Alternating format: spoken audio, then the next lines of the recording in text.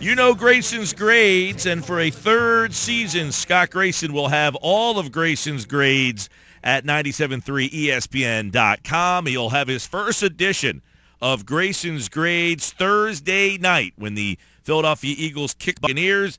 He was at the NovaCare Center today, and Scott Grayson joins us for a little Grayson's grades here on the Sports Bash 97.3 ESPN. I know you got a chance to talk to a lot of pretty key guys up there, Scott, and injuries seem to be the story up there. Yeah, and it all comes from the extra hitting that they're doing. It's definitely a different camp than you saw under Chip Kelly with all the hitting that they're doing, and as a result, there are going to be some guys that are going to get dinged up a little bit. Fortunately, there haven't been any major injuries so far, but there was one that everybody kind of held their breath with when Jordan Matthews got hit today, and that's when he went down and he ended up getting up. He was favoring his one knee, and it was right near the end of practice, so his day was done at that point. But, that comes with the hitting, and it comes with the territory. Some guys don't like it, Zach Ertz being one of them. And some guys on defense will say, hey, we need to hit in order to get ready for the season. Now, you talked to Ertz afterwards. I mean, did he seem annoyed? Did he seem like – because I heard one of his comments to you was, hey, we support Doug and we know we got to do this to get ready for the season. But he did seem like he was annoyed by just the fact that a younger player kind of went low on him, but he understands it's like a necessary evil. Is that what you were getting from him? He seemed to me, I would say, annoyed, irritated, maybe being part of it. But, yeah, I think he understands it. He just doesn't agree or necessarily enjoy this aspect of the game. You've got young guys that are trying to make the team. They're going to sell out. They're going to do everything they can to try to show a coach, I'm worthy of one of these roster spots. That's Blake Countess right now. He's trying to do his job to make the team. And you don't want to look to Jim Schwartz like you're going to be, shying away from contact. So he, I think Zach Ertz does see both sides of the coin here, and Doug Peterson isn't backing down. He's saying, we're going to keep hitting.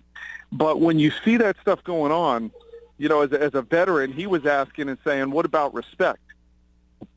Also, you talked to Lane Johnson, too, and one of the comments that Lane Johnson that I took from the interview with Lane Johnson was, he said, look, this is what we got to do to get ready for the season. So it sounds like some people it depends on really, if you're a skill position player, you probably don't like to hit because you're the guy getting tackled. If you're in the trenches, you probably like to hit because that's what you need to do to get ready for the season.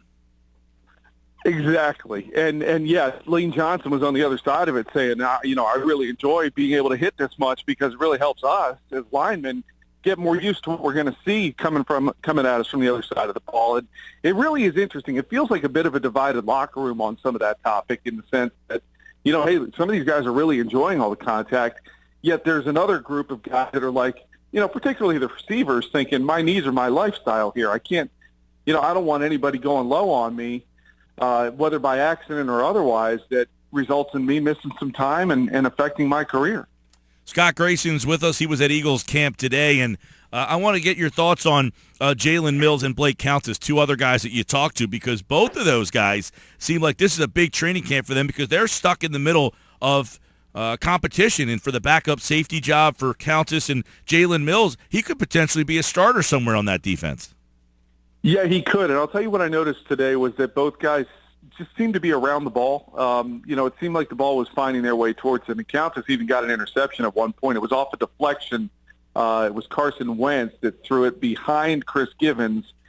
Givens got a hand on it, but then it went to Countess, and he intercepted it and took it away. And, that stuff looks good. I mean, if you're around the ball, eventually things are going to happen. And so both those guys, that's what I took away, was that today – it particularly seemed like they were right around the ball wherever it was going, and they were going to be able to make some plays in that meantime. Now, one of the plays that Countess made was on Zach Ertz that led to him going off the field, and you heard his frustration, or that you were talking about earlier, was on his low hit that led to Ertz getting the concussion examination and ended his day. So I think both those guys, you're right. They're really fighting for some key spots. I think you're right about Mills. He looks like he's got some opportunities here that he might be able to crack his way up the depth chart. And Countess just seemed to be around the ball and make some plays when he got his hands on the ball today. So both guys, I'd say, had pretty good days. If you take out the maybe irritation that some of the offensive guys are going to feel about the way they played today in terms of injuries. Yeah, and Scott, both safeties were out. McLeod excused because of a death in the family. Jenkins, still injured, could not practice today. So two young guys got a chance to really, get a lot of reps out there, I would assume. Would you say that Blake Countess of the safeties, the backup safety, stood out the most, or was there somebody else at that backup safety spot that got more reps today that stood out?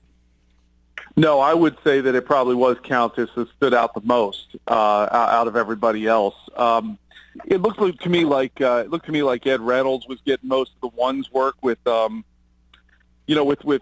Jenkins being out. But yeah, to me, Countess is the guy who looked to be like he had the most impressions to make today at that position. And I mean, Maragos was getting his usual work. He's a veteran. They kind of know what he can do.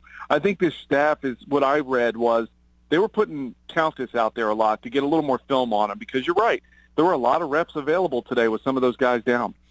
Hey, I know Wendell Smallwood also still injured. Ryan Matthews back at practice today. What's the running back situation look like? Because there's not a lot of depth there. A lot of people are concerned, Scott, that Darren Sproles would be a guy that would have to carry a much bigger load for an older, smaller guy. Yeah, the running back spot right now is a little thin with those two guys out. Well, you're right. Ryan Matthews was back. However, he was only there for individual drills today. That was part of the plan of easing him back in. So when it got to teamwork and the 11-on-11, 7-on-7s, he wasn't out there for that. That was Kenyon Barner taking the bulk of it.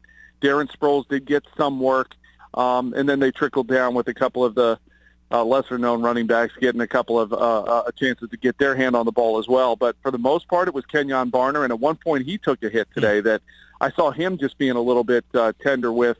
But he stayed in. He never missed any plays after it. But, that's a position that I think they're going to have to keep an eye on because, especially here in training camp, you don't need to get Darren Sproles hit. I mean, that guy is so valuable, and he's such a veteran that you might as well just protect the tread on those tires and keep him going. And Ryan Matthews, I think, is going to be interesting to see in the next few days if he can continue to progress and hopefully get into this 11-on-11 work. All right, Scott Grayson's with us. Give me Grayson's grades on the quarterbacks. That's the big one there. Give me your thoughts on Bradford, Wentz, Daniels. Kind of pick them off one by one.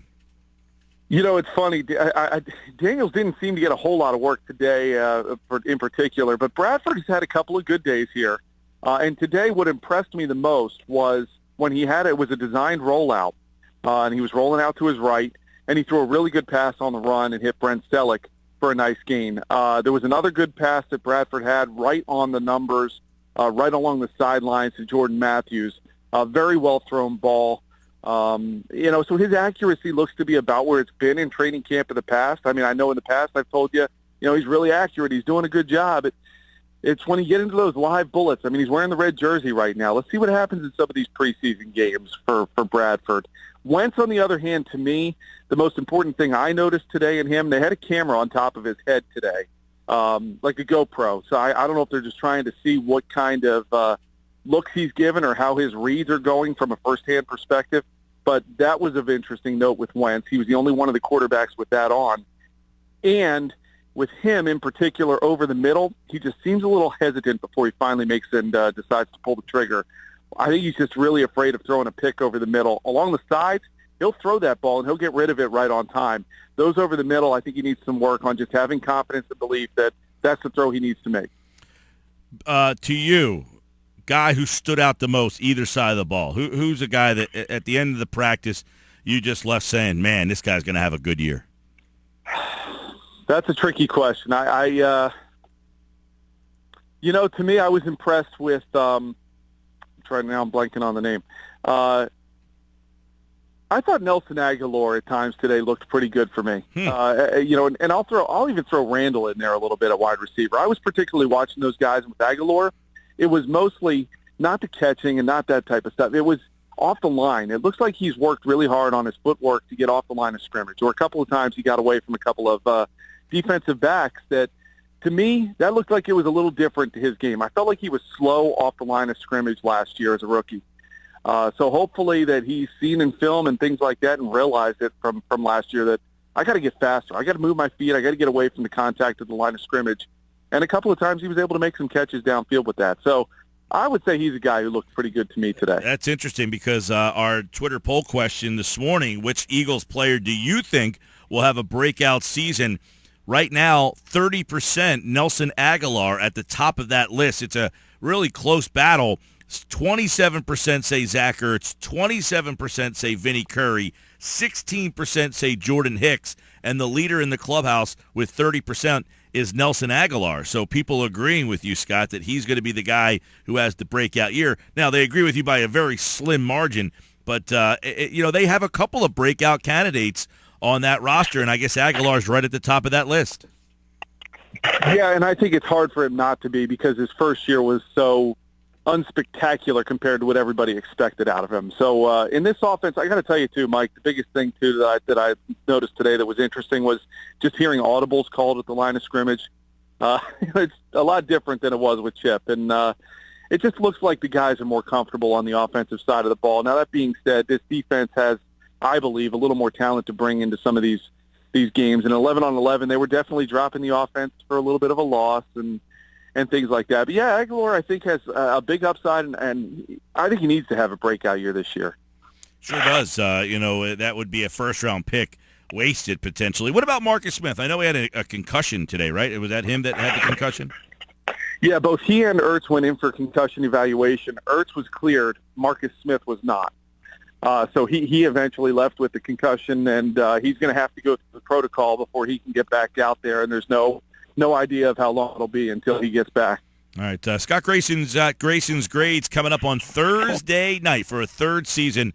Scott Grayson will be at every Eagles home game, and you can hear him every Monday with Grayson's Grades on 97.3 ESPN. Have a great weekend, Scott, and we'll be looking forward to Grayson's Grades on Thursday night. Yeah, sounds good. Thanks again, Mike.